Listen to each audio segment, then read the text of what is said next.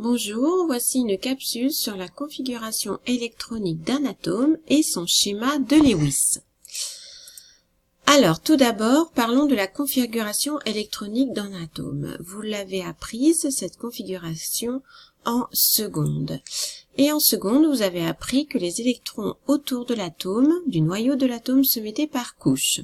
La couche K, la plus près du noyau, qui ne peut contenir que 2 électrons au maximum. Puis la couche L qui en contient 8 au plus, et enfin la couche M qui en contient 18 au maximum.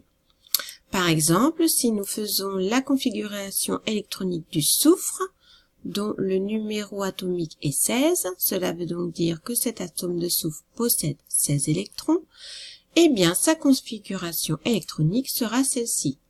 K2, L8, M6. Je remplis les couches les unes après les autres. Je ne remplis la couche L que quand la couche K est complète, puis je ne remplis la couche M que lorsque la couche L est complète. Et ainsi de suite. Voilà donc la configuration électronique apprise l'an passé. Cette année, nous allons changer de notation. Alors, oui, et aussi, vous avez appris l'an passé qu'il y a donc 6 électrons externes sur la dernière couche remplie. Donc je disais que l'on va changer de notation cette année, puisque au lieu de parler de la couche K, nous allons parler de la couche petit n égale 1, la première couche. Cette couche a une sous-couche que l'on appelle S. Comme c'est sur la couche numéro 1, on la note 1S. De même pour la couche L, deuxième couche, donc elle portera le numéro 2. Cette deuxième couche possède 2 sous-couches, S et P, donc nous les noterons 2S de P. Enfin, pour la troisième couche M, on la note petit n égale 3 et elle possède 3 sous-couches, S, P, D, donc nous les noterons 3S, 3P, 3D. Alors, il faut savoir qu'il y a aussi des quantités d'électrons maximales par couche. Sur la sous-couche S, que ce soit la 1S, la 2S ou la 3S, nous ne pouvons mettre que 2 électrons. Pour les sous-couches P, c'est 6 et la D, c'est 10. Donc, on retrouve bien les nombres que vous avez appris l'an passé. Donc, 2 au maximum, ça correspond bien à la couche K. Là, on en a 2 au maximum et 6 au maximum, donc au total, ça fait 8, ça correspond bien à la couche L. Et enfin ici, 2 plus 6 plus 10, ça correspond bien au 18 de l'an passé pour la couche M.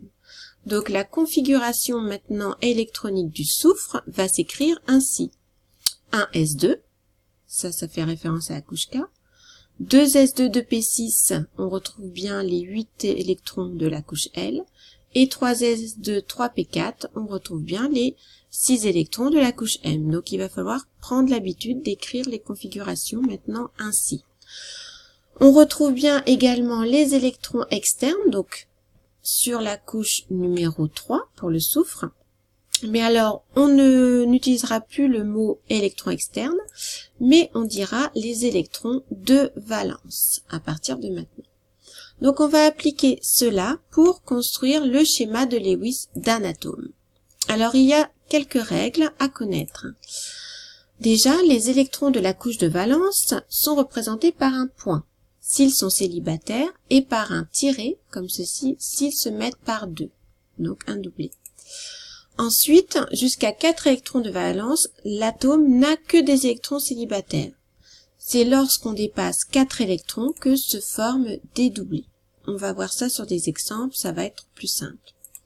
Prenons l'exemple du beryllium, Z égale 4, donc sa configuration électronique est 1S2, 2S2.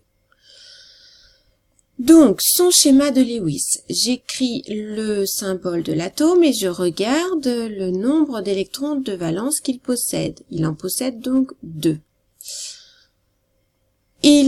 Il en possède donc moins de 4, donc ce ne sont que des électrons célibataires. Donc je l'écris 2 points comme ceci. Prenons maintenant l'exemple de l'azote, Z égale 7. J'écris sa configuration électronique. 1S2, 2S2, 2P3. Il possède donc 5 électrons de valence. Les électrons de valence, ce sont tous les électrons sur la couche externe, la plus loin du noyau. Donc ici, c'est la couche numéro 2. Donc ça fait 3 plus 2, ça fait 5.